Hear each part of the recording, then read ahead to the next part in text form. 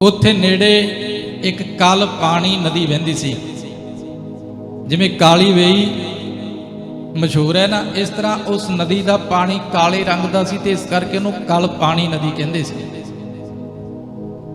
ਮਹਾਂਪੁਰਖਾਂ ਨੇ ਜਿੱਥੇ ਆਪਣੀ ਡਿਊਟੀ ਦੇਣੀ, ਉੱਥੇ ਅੰਮ੍ਰਿਤ ਵੇਲੇ ਜਾ ਕੇ ਉਸ ਕਾਲ ਪਾਣੀ ਨਦੀ ਦੇ ਕੰਢੇ ਦੇ ਉੱਤੇ ਚੌਂਕੜਾ ਲਾ ਕੇ ਕਈ ਘੰਟੇ ਉਹਨਾਂ ਨੇ ਸਮਾਧੀ ਲਾਉਣੀ,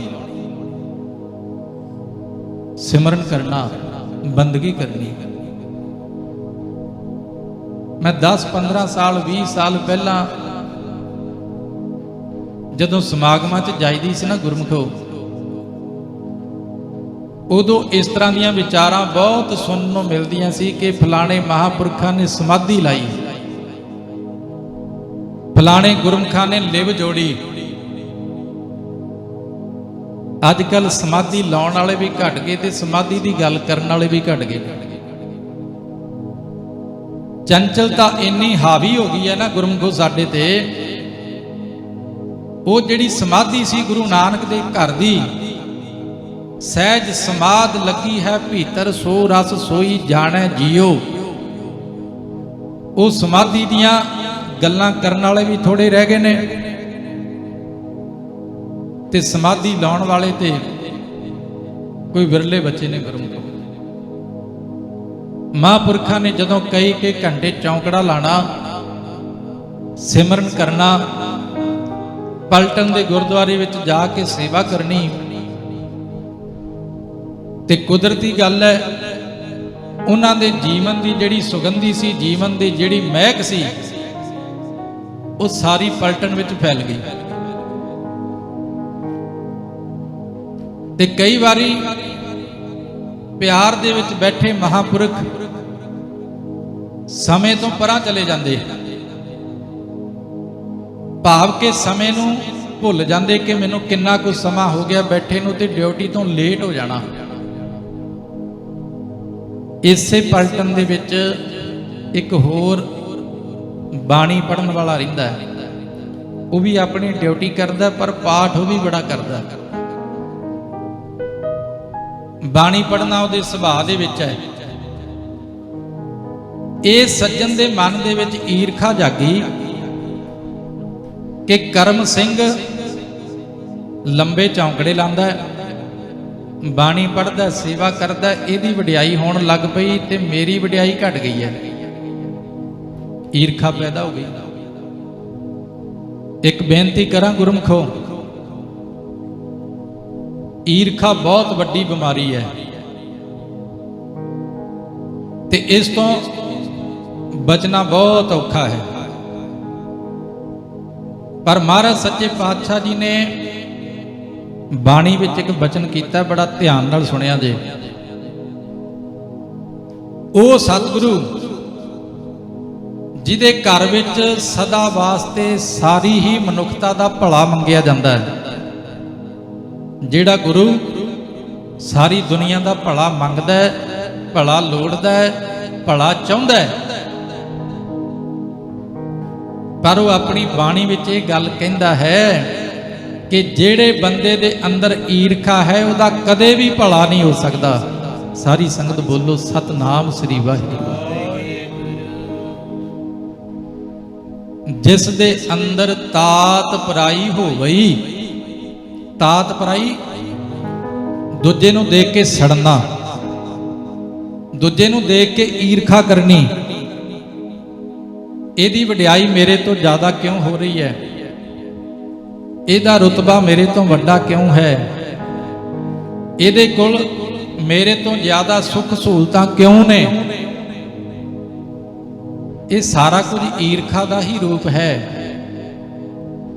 ਤੇ ਕਈ ਵਾਰੀ ਗੁਰਮੁਖੋ ਇਹ ਈਰਖਾ ਧਾਰਮਿਕ ਵੀ ਹੁੰਦੀ ਹੈ, ਧਾਰਮਿਕ ਈਰਖਾ, ਕਿ ਇਹ ਬੰਦਾ ਅਜੇ ਸਾਲ ਨਹੀਂ ਹੋਇਆ ਇਹਨੂੰ ਅੰਮ੍ਰਿਤ ਛਕੇ ਨੂੰ ਤੇ ਮੇਰੇ ਨਾਲੋਂ ਅੱਗੇ ਲੰਘ ਗਿਆ, ਇੰਨਾ ਸੋਹਣਾ ਕੀਰਤਨ ਕਰਨ ਲੱਗ ਗਿਆ, ਇੰਨੀ ਸੋਹਣੀ ਬਾਣੀ ਪੜਨ ਲੱਗ ਗਿਆ, ਕਥਾ ਕਰਨ ਲੱਗ ਗਿਆ, ਇਹਦਾ ਜਸ, ਇਹਦੀ ਵਡਿਆਈ ਸੰਸਾਰ ਦੇ ਲੋਕ ਕਰਦੇ ਨੇ। ਇਹ ਧਾਰਮਿਕ ਈਰਖਾ ਹੈ।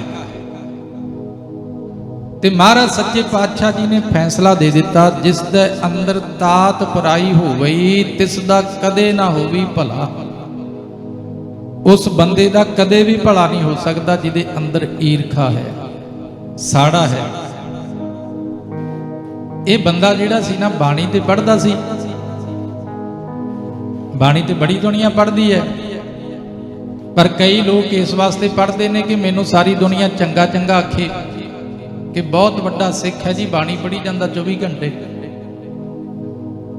ਜਦੋਂ ਇਹਨੇ ਦੇਖਿਆ ਕਿ ਮਹਾਂਪੁਰਖਾਂ ਦੀ ਵਡਿਆਈ ਹੋਣ ਲੱਗ ਪਈ, ਕਿਤੇ ਮੇਰੀ ਵਡਿਆਈ ਘਟ ਨਾ ਜਾਏ, ਤੇ ਮਹਾਂਪੁਰਖ ਕਦੇ ਕਦਾਏ ਜਦੋਂ ਸਮਾਧੀ ਵਿੱਚ ਬੈਠਦੇ ਤੇ ਉੱਥੇ ਲੇਟ ਹੋ ਜਾਣਾ।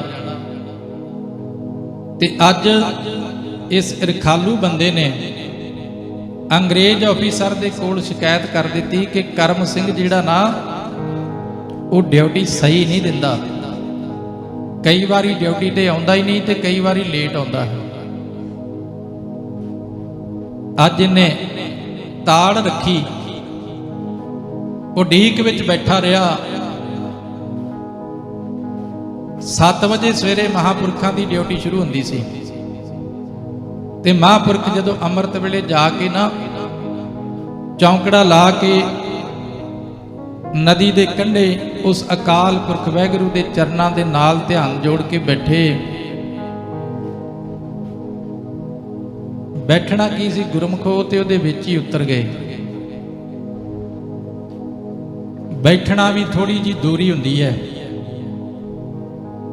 ਜਿਵੇਂ ਨਦੀ ਦੇ ਕੰਢੇ ਤੇ ਜਾ ਕੇ ਬੈਠਣਾ, ਤੇ ਇੱਕ ਹੁੰਦਾ ਨਦੀ ਦੇ ਵਿੱਚ ਉਤਰ ਹੀ ਜਾਣਾ, ਡੁੱਬ ਹੀ ਜਾਣਾ, ਆਪਣੇ ਆਪ ਨੂੰ ਲੁਕਾ ਹੀ ਲੈਣਾ, ਆਪਣੇ ਆਪ ਨੂੰ ਗਵਾ ਹੀ ਦੇਣਾ। ਮਹਾਂਪੁਰਖ ਬੈਠੇ ਨਹੀਂ ਸੀ, ਉਹ ਤੇ ਉਸ ਦਰਿਆ ਦੇ ਵਿੱਚ ਉਤਰ ਗਏ, ਉਹਦੇ ਵਿੱਚ ਲੀਨ ਹੋ ਗਏ, ਜਿਹਦੇ ਵਿੱਚ ਲੀਨ ਹੋਣ ਤੋਂ ਬਾਅਦ ਇਸ ਤਰ੍ਹਾਂ ਦਾ ਆਨੰਦ ਆਉਂਦਾ ਹੈ, ਇਸ ਤਰ੍ਹਾਂ ਦਾ ਰਸ ਆਉਂਦਾ ਕਿ ਮੁੜ ਕੇ ਬਾਹਰ ਨਿਕਲਣ ਨੂੰ ਜੀ ਨਹੀਂ ਕਰਦਾ, ਮਨ ਨਹੀਂ ਕਰਦਾ ਬਾਹਰ ਨਿਕਲਣ ਨੂੰ। ਤੂੰ ਦਰਿਆਓ ਦਾਨਾ ਬੀਨਾ, ਮੈਂ ਮਛਲੀ ਕੈਸੇ ਅੰਤ ਲਹਾ। ਕਦੇ ਗੁਰੂ ਘਰ ਜਾਣ ਤੋਂ ਪਹਿਲਾਂ ਇਹ ਅਰਦਾਸ ਕਰਕੇ ਆਈਏ, ਸੱਚੇ ਪਾਤਸ਼ਾਹ ਤੂੰ ਦਰਿਆ ਹੈ ਤੇ ਮੈਂ ਮੱਛੀ ਬਣ ਕੇ ਤੇਰੇ ਵਿੱਚ ਨਹਾਉਣ ਜਾਣਾ ਹੈ ਅੱਜ। ਗੁਰ ਨਾਮ ਨਿਧ ਦਰਿਆਓ, ਜਨਮ ਹਮ ਕਾਲਖ ਧੋਵੈ। ਤੇ ਮਾਲਕਾ ਮੈਂ ਇੰਨੀਆਂ ਟੁੱਬੀਆਂ ਲਾਉਣੀਆਂ ਅੱਜ ਤੇਰੇ ਵਿੱਚ ਇੰਨਾ ਇਸ਼ਨਾਨ ਕਰਨਾ ਕਿ ਮੇਰੀ ਜਨਮਾਂ ਜਨਮਾਂ ਦੀ ਮੈਲ ਧੋ ਦੇਈਂ, ਮੇਰਾ ਮੁਖ ਉਜਲਾ ਕਰ ਦੇਈਂ, ਤੇ ਮੈਂ ਕਦੇ ਚਾਹ ਕੇ ਵੀ ਤੇਰੇ ਤੋਂ ਬਾਹਰ ਨਾ ਨਿਕਲਾਂ। ਤੂੰ ਦਰਿਆਓ ਦਾਨਾ ਬੀਨਾ, ਮੈਂ ਮਛਲੀ ਕੈਸੇ ਅੰਤ ਲਹਾ। ਜੈ ਜੈ ਦੇਖਾਂ ਤੈ ਤੈ ਤੂੰ ਹੈ, ਤੁਝ ਤੇ ਨਿਕਸੀ ਫੂਟ ਮਰਾ। ਤੇਰੇ ਤੋਂ ਬਾਹਰ ਨਿਕਲ ਕੇ ਮੈਂ ਮਰ ਜਾਵਾਂ, ਤੇਰੇ ਤੋਂ ਜੁਦਾ ਹੋ ਕੇ ਮੇਰੀ ਮੌਤ ਹੋ ਜਾਏ, ਮੇਰਾ ਇਸ ਤਰ੍ਹਾਂ ਦਾ ਪ੍ਰੇਮ ਪੈ ਜਾਏ ਤੇਰੇ ਚਰਨਾਂ ਦੇ ਨਾਲ। ਅੱਜ ਮਹਾਂਪੁਰਖ ਚੌਂਕੜਾ ਲਾ ਕੇ ਬੈਠੇ, ਉਸ ਅਕਾਲ ਪੁਰਖ ਵਾਹਿਗੁਰੂ ਦੇ ਪ੍ਰੇਮ ਦੇ ਸਾਗਰ ਵਿੱਚ ਉਹਨਾਂ ਦੀ ਸੁਰਤ ਉਤਰ ਗਈ, ਰਸ ਪੀਣਾ ਸ਼ੁਰੂ ਕਰ ਦਿੱਤਾ ਸੁਰਤ ਨੇ। ਇੱਕ ਬੇਨਤੀ ਕਰਾਂ ਗੁਰਮੁਖੋ, ਗੁਰੂ ਗੋਬਿੰਦ ਸਿੰਘ ਮਹਾਰਾਜ ਜੀ ਨੇ ਸਾਨੂੰ ਪਤਾ ਕੀ ਆਖਿਆ ਹੈ, ਤੁਹਾਡਾ ਜਿਹੜਾ ਗੁਰੂ ਹੈ ਉਹ ਸ਼ਬਦ ਹੈ। ਗੁਰੂ ਨਾਨਕ ਦੇਵ ਮਹਾਰਾਜ ਜੀ ਤੋਂ ਲੈ ਕੇ ਹੀ ਸਾਨੂੰ ਸਭਨਾਂ ਨੂੰ ਇਹ ਸਮਝਾਇਆ ਗਿਆ ਕਿ ਤੁਹਾਡਾ ਗੁਰੂ ਸਰੀਰ ਨਹੀਂ, ਤੁਹਾਡਾ ਗੁਰੂ ਸ਼ਬਦ ਹੈ। ਜੇ ਗੁਰੂ ਸ਼ਬਦ ਹੈ ਤੇ ਚੇਲਾ ਫਿਰ ਸਰੀਰ ਕਿਵੇਂ ਹੋ ਸਕਦਾ ਹੈ? ਜੇ ਗੁਰੂ ਸ਼ਬਦ ਹੈ ਤੇ ਉਹਦਾ ਚੇਲਾ ਸਾਡੀ ਸੁਰਤ ਬਣੇਗੀ। ਖਾਮੀ ਕਿੱਥੇ ਰਹਿ ਗਈ? ਆਪਾਂ ਸਰੀਰ ਨੂੰ ਤੇ ਗੁਰਦੁਆਰੇ ਲੈ ਕੇ ਆਈ ਜਾਂਦੇ ਆ, ਪਰ ਸੁਰਤ ਅਜੇ ਤੱਕ ਚੇਲਾ ਨਹੀਂ ਬਣੀ ਗੁਰੂ ਜੀ। ਸਰੀਰ ਆਉਂਦਾ ਗੇੜਾ ਲਾ ਕੇ ਤੁਰ ਜਾਂਦਾ। ਜਿਸ ਦਿਨ ਸਾਡੀ ਸੁਰਤ ਗੁਰੂ ਦੀ ਸੇਵਕ ਬਣ ਗਈ, ਸ਼ਬਦ ਗੁਰੂ ਸੁਰਤ ਧੁਨ ਚੇਲਾ ਵਾਲੀ ਅਵਸਥਾ ਸਾਨੂੰ ਪ੍ਰਾਪਤ ਹੋ ਗਈ, ਫਿਰ ਸਾਡਾ ਸਰੀਰ ਭਾਵੇਂ ਜਿੱਥੇ ਮਰਜ਼ੀ ਤੁਰਿਆ ਫਿਰੇ, ਸਾਡੀ ਸੁਰਤ ਕਦੇ ਗੁਰੂ ਤੋਂ ਜੁਦਾ ਨਹੀਂ ਹੋਏਗੀ। ਸੋ ਜਾਣੈ ਜਿਨ ਚਾਖਿਆ ਹਰ ਨਾਮ ਅਮੁੱਲਾ, ਕੀਮਤ ਕਹੀ ਨਾ ਜਾਈਐ ਕਿਆ ਕਹਿ ਮੁਖ ਬੋਲਾ। ਜਿਨ੍ਹਾਂ ਨੇ ਚੱਖ ਲਿਆ ਉਹ ਜਾਣਦੇ ਨੇ, ਤੇ ਜਿਨ੍ਹਾਂ ਦੇ ਸਾਹਮਣੇ ਥਾਲ ਪਰੋਸਿਆ ਪਿਆ ਪਰ ਚੱਖਣ ਦੀ ਹਿੰਮਤ ਨਹੀਂ ਕੀਤੀ ਕਦੇ। ਗੁਰੂ ਸਾਹਿਬ ਨੇ ਕੋਈ ਕਮੀ ਥੋੜੀ ਛੱਡੀ, ਮਹਾਰਾਜ ਜੀ ਨੇ ਥਾਲ ਪਰੋਸ ਕੇ ਰੱਖਿਆ ਹੋਇਆ। ਜਿਹੜੀ ਭੈਣ ਜਿਹੜੀ ਬੀਬੀ ਭੋਜਨ ਬਣਾਉਂਦੀ ਹੈ ਤੇ ਜਿਹੜੀਆਂ ਚੀਜ਼ਾਂ ਤੋਂ ਭੋਜਨ ਬਣਦਾ ਹੈ, ਕਦੇ ਉਹਨਾਂ ਨੂੰ ਪੁੱਛ ਕੇ ਦੇਖਿਓ ਕਿ ਭੋਜਨ ਬਣਨ ਤੋਂ ਪਹਿਲਾਂ ਕਿਹੜੇ-ਕਿਹੜੇ ਪ੍ਰੋਸੈਸ ਦੇ ਵਿੱਚੋਂ ਉਹ ਲੰਘ ਕੇ ਆਉਂਦੀ ਹੈ। ਕਣਕ ਹੈ, ਚੌਲ ਨੇ, ਜਿੰਨੇ ਵੀ ਪਦਾਰਥ ਆਪਾਂ ਖਾਂਦੇ ਆ, ਉਹ ਕਿਹੜੀ ਪ੍ਰੋਸੈਸ ਵਿੱਚੋਂ ਲੰਘ ਕੇ, ਕਿੰਨੀ ਮਿਹਨਤ ਕਰਕੇ, ਕਿੰਨੀ ਘਾਲਣਾ ਘਾਲ ਕੇ ਕਿਸੇ ਦੀ ਭੁੱਖ ਮਿਟਾਉਣ ਵਾਲੇ ਬਣਦੇ ਨੇ। ਫਿਰ ਕਿੰਨੀ ਮਿਹਨਤ ਤੋਂ ਬਾਅਦ ਕੋਈ ਭੋਜਨ ਬਣਾ ਕੇ ਥਾਲ 'ਚ ਪਰੋਸ ਕੇ ਰੱਖਦਾ ਹੈ। ਗੁਰੂ ਸਾਹਿਬ ਨੇ ਕਿੰਨੀ ਘਾਲਣਾ ਘਾਲੀ, ਕਿੰਨੀ ਮੁਸ਼ੱਕਤ ਘਾਲੀ ਮਨੁੱਖਤਾ ਵਾਸਤੇ, ਕਿੰਨੀ ਵੱਡੀ ਕੁਰਬਾਨੀ ਦਿੱਤੀ ਗੁਰੂ ਅਰਜਨ ਦੇਵ ਮਹਾਰਾਜ ਸੱਚੇ ਪਾਤਸ਼ਾਹ ਜੀ ਨੇ। ਤਤੀ ਤਵੀ ਤੇ ਬੈਠਣ ਤੋਂ ਬਚਿਆ ਜਾ ਸਕਦਾ ਸੀ ਜੇ ਹਕੂਮਤ ਦੀ ਇੱਕ ਗੱਲ ਗੁਰੂ ਅਰਜਨ ਦੇਵ ਮਹਾਰਾਜ ਜੀ ਮੰਨ ਲੈਂਦੇ, ਗੁਰੂ ਗ੍ਰੰਥ ਸਾਹਿਬ ਸੱਚੇ ਪਾਤਸ਼ਾਹ ਜੀ ਦੇ ਵਿੱਚ ਮਿਲਾਵਟ ਕਰ ਦਿੰਦੇ, ਕੱਚੀ ਬਾਣੀ ਲਿਖ ਦਿੰਦੇ ਵਿੱਚ। ਪਰ ਗੁਰੂ ਅਰਜਨ ਦੇਵ ਮਹਾਰਾਜ ਸੱਚੇ ਪਾਤਸ਼ਾਹ ਜੀ ਨੇ ਪਤਾ ਕੀ ਆਖਿਆ ਸੀ? ਕਹਿੰਦੇ ਜਿਸ ਤਰ੍ਹਾਂ ਇੱਕ ਮਾਂ ਆਪਣੇ ਬੱਚੇ ਨੂੰ ਮਿਲਾਵਟੀ ਭੋਜਨ ਨਹੀਂ ਨਾ ਖਵਾਉਣਾ ਚਾਹੁੰਦੀ, ਇਸੇ ਤਰ੍ਹਾਂ ਮੈਂ ਆਪਣੇ ਗੁਰਸਿੱਖਾਂ ਨੂੰ ਮਿਲਾਵਟੀ ਭੋਜਨ ਨਹੀਂ ਛਕਾਉਣਾ, ਮੈਂ ਸ਼ੁੱਧ ਭੋਜਨ ਛਕਾਉਣਾ। ਤੇ ਇਹ ਥਾਲ ਤਿਆਰ ਕਰਨ ਵਾਸਤੇ ਮਹਾਰਾਜ ਸੱਚੇ ਪਾਤਸ਼ਾਹ ਜੀ ਨੇ ਤੱਤੀ ਤਵੀ ਤੇ ਬੈਠਣਾ ਪ੍ਰਵਾਨ ਕੀਤਾ। ਕਿੰਨੀਆਂ ਵੱਡੀਆਂ ਕੁਰਬਾਨੀਆਂ ਦਿੱਤੀਆਂ, ਪਰ ਕੈਸੀ ਬਦਕਿਸਮਤੀ ਹੈ ਸਾਡੀ ਗੁਰਮਖੋ। ਮਹਾਰਾਜ ਜੀ ਨੇ ਥਾਲ ਪਰੋਸ ਕੇ ਸਾਡੇ ਸਾਹਮਣੇ ਰੱਖਿਆ, ਪਰ ਸਾਡੇ ਤੋਂ ਬੁਰਕੀ ਤੋੜ ਕੇ ਮੂੰਹ 'ਚ ਵੀ ਨਹੀਂ ਪਾਈ ਜਾਂਦੀ। ਬਾਣੀ ਦੇ ਦਰਸ਼ਨ ਨਹੀਂ ਕੀਤੇ ਜਾਂਦੇ ਅੱਖਾਂ ਤੋਂ, ਬਾਣੀ ਨਹੀਂ ਸੁਣੀ ਜਾਂਦੀ ਸਾਡੇ ਕੰਨਾਂ ਤੋਂ, ਬਾਣੀ ਵਿੱਚ ਮਨ ਨਹੀਂ ਸਾਡਾ ਜੁੜਦਾ। ਸਤਿਗੁਰੂ ਸੱਚੇ ਪਾਤਸ਼ਾਹ ਜੀ ਦੀ ਅਗੰਮੀ ਬਖਸ਼ਿਸ਼ ਜਦੋਂ ਵਰਤਦੀ ਹੈ, ਜਦੋਂ ਰਸ ਆਉਂਦਾ ਹੈ, ਤੇ ਫਿਰ ਸਭ ਕੁਝ ਭੁੱਲ ਜਾਂਦਾ। ਮਹਾਂਪੁਰਖ ਬੈਠੇ ਚੌਂਕੜਾ ਲਾ ਕੇ ਡਿਊਟੀ ਤੇ ਹਾਜ਼ਰ ਨਹੀਂ ਹੋਏ, ਤੇ ਉਹ ਸੱਜਣ ਜਿਹੜਾ ਈਰਖਾ ਵਾਲਾ ਸੀ ਉਹਨੇ ਸ਼ਿਕਾਇਤ ਕੀਤੀ। ਅੰਗਰੇਜ਼ ਆਫੀਸਰ ਆਇਆ, ਨਾਲ ਆਪਣੇ ਅਰਦਲੀ ਨੂੰ ਲੈ ਕੇ ਆਇਆ, ਤੇ ਆ ਕੇ ਕੀ ਦੇਖਦਾ ਹੈ? ਬਾਬਾ ਕਰਮ ਸਿੰਘ ਜੀ ਡਿਊਟੀ ਤੇ ਸਾਵਧਾਨ ਖੜੇ ਹੈ। ਉਹਨੇ ਸੋਚਿਆ ਵੀ ਕਿਤੇ ਮੈਨੂੰ ਭੁਲੇਖਾ ਹੀ ਨਾ ਹੋਵੇ। ਉਹਨੇ ਬੋਲ ਕੇ ਗੱਲ ਕੀਤੀ, ਫਿਰ ਆਪਣੀ ਡਾਇਰੀ ਦੇ ਉੱਤੇ ਮਹਾਂਪੁਰਖਾਂ ਦੇ ਸਾਈਨ ਕਰਵਾਏ। ਬੜਾ ਖੁਸ਼ ਹੋ ਕੇ ਸ਼ਾਬਾਸ਼ ਦੇ ਕੇ ਚਲਾ ਗਿਆ। ਉਧਰ ਜਦੋਂ ਮਹਾਂਪੁਰਖ ਸਮਾਧੀ ਤੋਂ ਉਥਾਨ ਹੋਏ, ਸਮਾਂ ਦੇਖਿਆ ਤੇ ਆਪਣੇ ਮਨ ਦੇ ਵਿੱਚ ਸੋਚਦੇ ਨੇ ਕਿ ਅੱਜ ਮੈਂ ਡਿਊਟੀ ਤੇ ਹਾਜ਼ਰ ਨਹੀਂ ਹੋ ਸਕਿਆ, ਚੰਗਾ ਹੀ ਹੋਵੇ ਜੇ ਮੇਰਾ ਨਾਂ ਕੱਟ ਦੇਣ ਤੇ ਮੈਂ ਹੁਣ ਸਾਰਾ ਹੀ ਸਮਾਂ ਭਗਤੀ ਵਿੱਚ ਲਾ ਦਿਆ ਕਰਾਂ।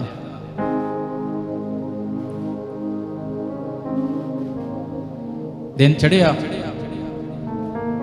ਉਹ ਜਿਹੜਾ ਈਰਖਾ ਕਰਨ ਵਾਲਾ ਸੀ ਉਹਨੂੰ ਅੰਗਰੇਜ਼ ਅਫਸਰ ਨੇ ਬੁਲਾਇਆ, ਉਹਨੂੰ ਡਾਂਟਿਆ ਤੇ ਕਹਿਣ ਲੱਗਾ ਤੂੰ ਈਰਖਾ ਵਸ ਹੋ ਕੇ ਝੂਠ ਬੋਲਿਆ ਸੀ, ਕਰਮ ਸਿੰਘ ਆਪਣੀ ਡਿਊਟੀ ਤੇ ਨਹੀਂ ਸੀ। ਉਹ ਕਹਿਣ ਲੱਗਾ ਹਾਂ ਜੀ, ਇਹ ਗੱਲ ਬਿਲਕੁਲ 16 ਨੇ ਸੱਚ ਹੈ। ਇਹਦੀ ਡਿਊਟੀ ਦੇ ਸਮੇਂ ਤੇ ਮੈਂ ਜਾ ਕੇ ਕੱਲ ਪਾਣੀ ਨਦੀ ਦੇ ਕੰਢੇ ਤੇ ਦੇਖਿਆ, ਇਹ ਉੱਥੇ ਚੌਂਕੜਾ ਮਾਰੀ ਬੈਠਾ ਸੀ। ਤੇ ਅੰਗਰੇਜ਼ ਅਫਸਰ ਨੂੰ ਉਸ ਵੇਲੇ ਤੇ ਪਤਾ ਨਹੀਂ ਲੱਗਿਆ। ਉਹ ਕਹਿਣ ਲੱਗਾ ਸਜਣਾ, ਤੇਰੇ ਅੰਦਰ ਇੰਨੀ ਈਰਖਾ ਭਰ ਗਈ, ਤੂੰ ਅਜੇ ਵੀ ਝੂਠ ਬੋਲਣੋਂ ਟਲਦਾ ਨਹੀਂ। ਮੈਂ ਸਿਰਫ ਇਹਨੂੰ ਦੇਖਿਆ ਹੀ ਨਹੀਂ, ਇਹਦੇ ਸਾਈਨ ਵੀ ਕਰਾਏ ਨੇ। ਆ ਦੇਖ, ਇੰਨੇ ਵੱਜ ਕੇ ਇੰਨੇ ਮਿੰਟ ਤੇ ਕਰਮ ਸਿੰਘ ਦੇ ਸਾਈਨ ਮੇਰੇ ਕੋਲ ਮੌਜੂਦ ਨੇ। ਮਹਾਂਪੁਰਖ ਆਏ, ਉਹਨਾਂ ਨੇ ਆਪਣਾ ਫਰਜ਼ ਸਮਝ ਕੇ ਆਪਣੇ ਨੇਤਰ ਨੀਵੇਂ ਕੀਤੇ, ਹੱਥ ਜੋੜ ਕੇ ਅਫਸਰ ਦੇ ਸਾਹਮਣੇ ਖੜੇ ਹੋ ਕੇ ਕਹਿਣ ਲੱਗੇ ਸਾਹਿਬ, ਅੱਜ ਮੇਰੀ ਗੁਸਤਾਖੀ ਮਾਫ ਕਰ ਦਿਓ, ਮੈਂ ਡਿਊਟੀ ਤੇ ਹਾਜ਼ਰ ਨਹੀਂ ਹੋ ਸਕਿਆ। ਅੰਗਰੇਜ਼ ਅਫਸਰ ਕਹਿਣ ਲੱਗਾ ਕਰਮ ਸਿੰਘ ਤੂੰ ਮਜ਼ਾਕ ਤੇ ਨਹੀਂ ਕਰ ਰਿਹਾ, ਮੈਂ ਆਪ ਜਾ ਕੇ ਤੇਰੀ ਹਾਜ਼ਰੀ ਲਾਈ, ਤੈਨੂੰ ਦੇਖਿਆ, ਤੇਰੇ ਸਾਈਨ ਕਰਾਏ ਨੇ। ਜੇ ਤੈਨੂੰ ਵਿਸ਼ਵਾਸ ਨਹੀਂ ਤੇ ਆਹ ਦੇਖ ਮੇਰੀ ਡਾਇਰੀ, ਇਹਦੇ ਵਿੱਚ ਤੇਰੇ ਆਪਣੇ ਸਾਈਨ ਕੀਤੇ ਹੋਏ ਨੇ, ਤੇਰੇ ਸਿਗਨੇਚਰ ਕੀਤੇ ਹੋਏ ਨੇ। ਜਦੋਂ ਬਾਬਾ ਕਰਮ ਸਿੰਘ ਜੀ ਨੇ ਸੱਚਮੁੱਚ ਉਸ ਡਾਇਰੀ ਦੇ ਉੱਤੇ ਆਪਣੇ ਸਾਈਨ ਦੇਖੇ, ਮਹਾਂਪੁਰਖ ਕੁਝ ਨਹੀਂ ਬੋਲੇ, ਪਰ ਉਹਨਾਂ ਨੂੰ ਪਤਾ ਲੱਗ ਗਿਆ ਮੈਂ ਜਿਹਦੇ ਚਰਨਾਂ ਨਾਲ ਜੱਫੀ ਪਾ ਕੇ ਬੈਠਾ ਸੀ, ਅੱਜ ਮੇਰੀ ਥਾਂ ਤੇ ਉਹ ਆਪ ਪਹਿਰੇਦਾਰ ਬਣ ਕੇ ਡਿਊਟੀ ਦੇ ਗਿਆ ਹੈ।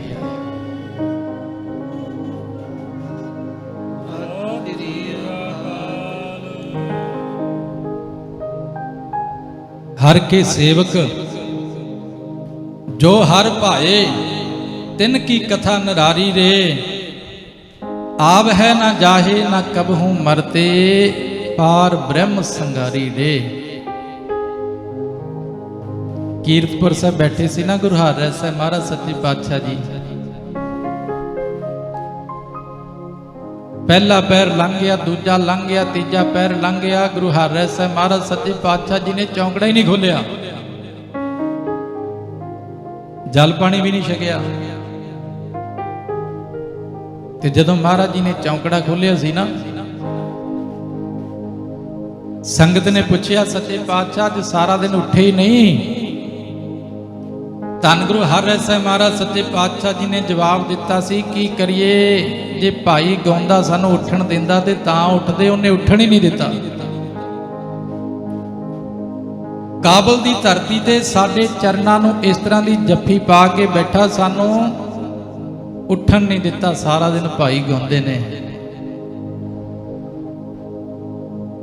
ते गुरमुखो, जे भाई गाउंदे दी साखी ते विश्वास करदे हो ते संत बाबा करम सिंह होना दी साखी ते भी विश्वास करना बनदा है। जे इस साखी ते विश्वास करदे हो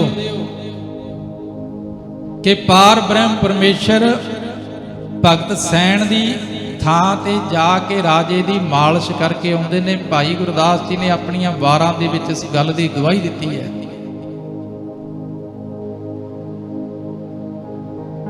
ते फिर ये जिहड़े महापुरख होए ने, जे गुरु नानक दा घर जुगो जुग अटल है ते इत्थे गुरु दे प्यारे भी जुगो जुग अटल ने। जो कुछ महाराज सच्चे पातशाह जी दे समय वापरदा सी, वो अज भी वापरदा है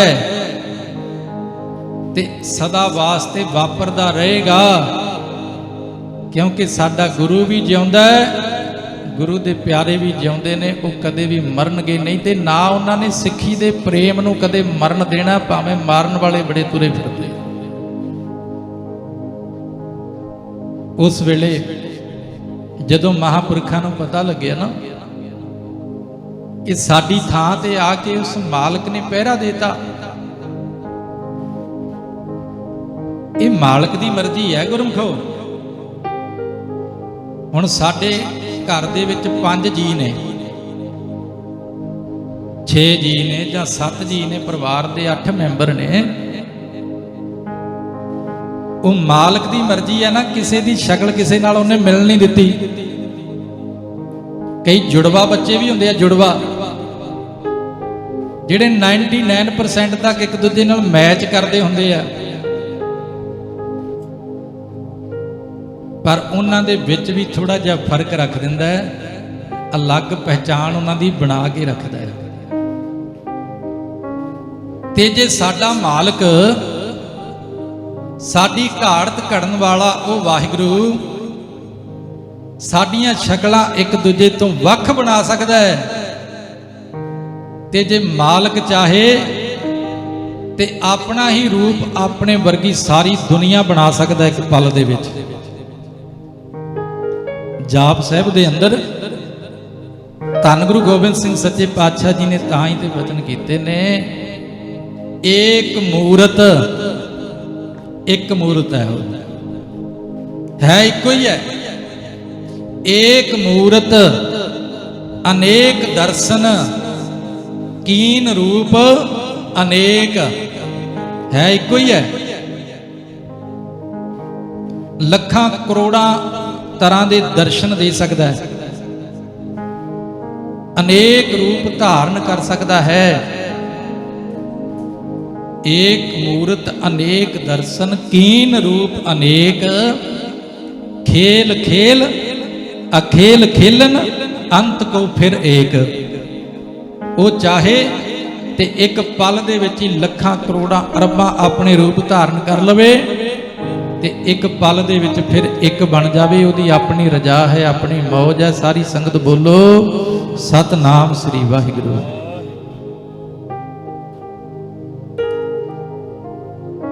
अनक रूप खिन माहे कुदरत धारदा, इस करके आपां नूं शंकियां दी दुनिया चों बाहर जाके शरधा नाल जुड़ना चाहिए। ते गुरमुखो शरधा पैदा करनी पैंदी है, शरधा मुल थोड़ी विकदी कितों। पर एक चेता रखियो, टुटन लग्या एक पल लगेगा शरधा।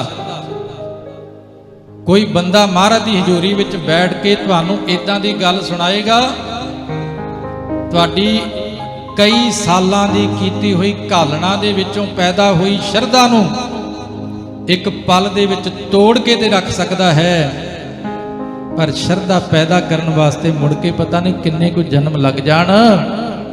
इस करके महाराज के चरणों के विच आके शरधा मंगनी। सच्चे पातशाह साडा भरोसा बना के रखी, साडा विश्वास बना के रखी।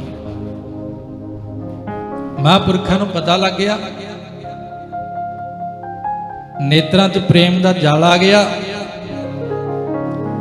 हाथ जोड़ के बड़े प्यार नाल कहन लगे अंग्रेज अफसर नूं, साहब जी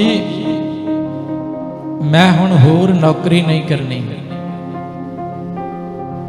मैं होर नौकरी नहीं करनी चाहता। अंग्रेज अफसर बड़ा खुश सी आप जी ते, कहन लगा करम सिंह जी तुहाडी पदवी वधा दिंने आ, तुहाडा रैंक उच्चा कर दिंने आ। पर जिन्हां दे सामने रैंक इन्ना वड्डा होवे कि जिस तरह का मालक है मैं उदां दा बन जावां, जिन्हों पदवी एडी वड्डी नजर आउंदी होवे कि जिड्डा वड्डा गुरु है मैं ओडा वड्डा बन जावां। जेड़ी नदी नूं दिस रहा है कि सागर सामने है, मैं उहदे विच समा गई ते मैं भी सागर बन जावांगी। उस नदी नूं फिर नाले क्यों दिसणगे? उस नदी नूं छप्पड़ कित्थे नजर आउणगे? इक्को ही पदवी है। गुरु नानक दे घर विच सब तो वड्डी पदवी ਉਹ ਪਦਵੀ ਹੈ ਗੁਰੂ ਨਾਨਕ ਦੇ ਸੇਵਕ ਹੋ ਜਾਣਾ। ਸਾਰੀ ਸੰਗਤ ਬੋਲੋ ਸਤਨਾਮ ਸ੍ਰੀ ਵਾਹਿਗੁਰੂ। ਗੁਰੂ ਨਾਨਕ ਦੇ ਘਰ ਦੇ ਗੁਲਾਮ ਬਣ ਜਾਣਾ। ਤੁਮਰੀ ਸਰਣ ਤੁਮਾਰੀ ਆਸਾ, ਤੁਮ ਹੀ ਸੱਜਣ ਸੁਹੇਲੇ, ਰਾਖੋ ਰਾਖਣ ਹਾਰ ਦਇਆਲਾ, ਨਾਨਕ ਘਰ ਕੇ ਗੋਲੇ। ਜਿਨ੍ਹਾਂ ਨੂੰ ਇਹ ਪਦਵੀ ਨਜ਼ਰ ਆਉਂਦੀ ਹੋਵੇ ਕਿ ਗੁਰੂ ਨਾਨਕ ਸਾਹਿਬ ਸੱਚੇ ਪਾਤਸ਼ਾਹ ਜੀ ਇੱਕ ਵਾਰੀ ਆਪਣੀ ਰਸਨਾ ਤੋਂ ਮੈਨੂੰ ਆਪਣਾ ਸੇਵਕ ਕਹਿ ਦੇਣ, ਆਪਣਾ ਸਿੱਖ ਕਹਿ ਦੇਣ, ਉਹਦੇ ਵਾਸਤੇ ਦੁਨਿਆਵੀ ਪਦਵੀਆਂ ਦੀ ਕੀ ਵੈਲਿਊ ਹੈ। ਲੱਖਾਂ ਵਾਰੀ ਵਰਜਿਆ ਰੁਕਿਆ, ਅੰਗਰੇਜ਼ ਅਫਸਰ ਜਦੋਂ ਨਾ ਮੰਨਿਆ, ਬਾਬਾ ਜੀ ਕਹਿੰਦੇ ਮੈਂ ਚੱਲਿਆ, ਮੈਂ ਹੋਰ ਨੌਕਰੀ ਨਹੀਂ ਕਰਨੀ, ਮੇਰਾ ਨਾਮ ਕੱਟ ਦਿਓ। ਕਹਿੰਦੇ ਕਰਮ ਸਿੰਘਾ ਤੂੰ ਪਲਟਣ ਵਿੱਚ ਰਹਿ, ਭਾਵੇਂ 24 ਘੰਟੇ ਸਮਾਧੀ ਲਾ ਕੇ ਨਾਮ ਜਪੀ ਜਾ, ਕੰਮ ਨੂੰ ਹੱਥ ਨਾ ਲਾ, ਡਿਊਟੀ ਬਿਲਕੁਲ ਨਾ ਕਰ, ਪਰ ਪਲਟਣ ਤੋਂ ਬਾਹਰ ਨਾ ਜਾ। ਸੰਤ ਬਾਬਾ ਕਰਮ ਸਿੰਘ ਜੀ ਕਹਿੰਦੇ ਮੇਰਾ ਨਾਮ ਕੱਟ ਦਿਓ, ਮੈਂ ਨਹੀਂ ਕਰਨੀ ਇਹ ਨੌਕਰੀ। ਅੰਗਰੇਜ਼ ਅਫਸਰ ਕਹਿੰਦਾ ਜੀ ਨਾਮ ਤੇ ਨਹੀਂ ਕੱਟਿਆ ਜਾਣਾ ਮੇਰੇ ਤੋਂ, ਮੈਂ ਤੁਹਾਡਾ ਨਾਮ ਨਹੀਂ ਕੱਟ ਸਕਦਾ। ਸੰਤ ਬਾਬਾ ਕਰਮ ਸਿੰਘ ਜੀ ਕਹਿੰਦੇ ਜਿੰਨੇ ਪਹਿਰਾ ਦਿੱਤਾ ਹੈ ਨਾਮ ਵੀ ਉਹ ਆਪ ਹੀ ਕਟਵਾ ਲੇਗਾ, ਜਾਓ ਆਪਣੇ ਰਜਿਸਟਰ ਫੋਲ ਕੇ ਦੇਖ ਲਓ, ਮੇਰਾ ਨਾਮ ਨਹੀਂ ਲੱਭੇਗਾ ਤੁਹਾਨੂੰ। ਮਹਾਂਪੁਰਸ਼ ਇਹ ਗੱਲ ਕਹਿ ਕੇ ਪਲਟਨ ਦੇ ਗੁਰਦੁਆਰਾ ਸਾਹਿਬ 'ਚ ਗਏ, ਉੱਥੇ ਜਾ ਕੇ ਅਰਦਾਸ ਕੀਤੀ, ਮਹਾਰਾਜ ਸੱਚੇ ਪਾਤਸ਼ਾਹ ਜੀ ਦਾ ਹੁਕਮਨਾਮਾ ਸਾਹਿਬ ਲਿਆ ਤੇ ਸੱਚਮੁੱਚ ਅੰਗਰੇਜ਼ ਅਫਸਰ ਨੇ ਸਾਰੇ ਰਜਿਸਟਰ, ਉਹਨਾਂ ਦੀ ਨੌਕਰੀ ਦਾ ਸਾਰਾ ਰਿਕਾਰਡ ਚੈੱਕ ਕਰ ਲਿਆ, ਪਰ ਬਾਬਾ ਕਰਮ ਸਿੰਘ ਜੀ ਦਾ ਨਾਮ ਉਹਨਾਂ ਨੂੰ ਕਿਤੋਂ ਵੀ ਮਿਲਿਆ ਨਹੀਂ। ਬੜੀ ਵੱਡੀ ਹਿੰਮਤ ਹੁੰਦੀ ਆ ਗੁਰਮਖੋ, ਦੁਨੀਆ ਦੀ ਡਾਇਰੀ ਚੋਂ ਨਾਮ ਕਟਾ ਕੇ ਗੁਰੂ ਦੀ ਡਾਇਰੀ 'ਚ ਲਿਖਾਉਣਾ ਪੈਂਦਾ। ਇਹੀ ਹਿੰਮਤ ਸਾਡੇ ਤੋਂ ਹੋ ਨਹੀਂ ਰਹੀ। ਅਸੀਂ ਤੇ ਗੁਰਦੁਆਰੇ ਜਾ ਕੇ ਵੀ ਇਸੇ ਕੋਸ਼ਿਸ਼ ਵਿੱਚ ਲੱਗੇ ਹੋਏ ਆ ਕਿ ਸਾਡਾ ਨਾਮ ਉਸ ਡਾਇਰੀ ਵਿੱਚ ਲਿਖਿਆ ਜਾਏ ਜਿੱਥੇ ਦੁਨੀਆ ਦੇ ਲੋਕ ਸਾਡੀ ਵਡਿਆਈ ਕਰਨ। ਇਸੇ ਕਰਕੇ ਤੇ ਗੁਰੂ ਦੀ ਕਿਤਾਬ 'ਚ ਸਾਡੀ ਅਜੇ ਤੱਕ ਹਾਜ਼ਰੀ ਨਹੀਂ ਲੱਗੀ। ਜਿਸ ਦਿਨ ਦੁਨੀਆ ਦੀ ਕਿਤਾਬ 'ਚੋਂ ਨਾਮ ਕਟਵਾਉਣਾ ਪਸੰਦ ਕਰੋਗੇ, ਉਸ ਤੋਂ ਬਾਅਦ ਫਿਰ ਗੁਰੂ ਨਾਨਕ ਦੀ ਡਾਇਰੀ ਦੇ ਵਿੱਚ ਤੁਹਾਡਾ ਨਾਮ ਲਿਖਿਆ ਜਾਏਗਾ ਤੇ ਉਸ ਨਾਮ ਨੂੰ ਫਿਰ ਮੁੜ ਕੇ ਕਦੇ ਕੋਈ ਮੇਟ ਨਹੀਂ ਸਕਦਾ। ਜਿਵੇਂ ਗੁਰੂ ਨਾਨਕ ਦਾ ਨਾਮ ਜੁਗੋ ਜੁਗ ਅਟਲ ਹੈ ਨਾ,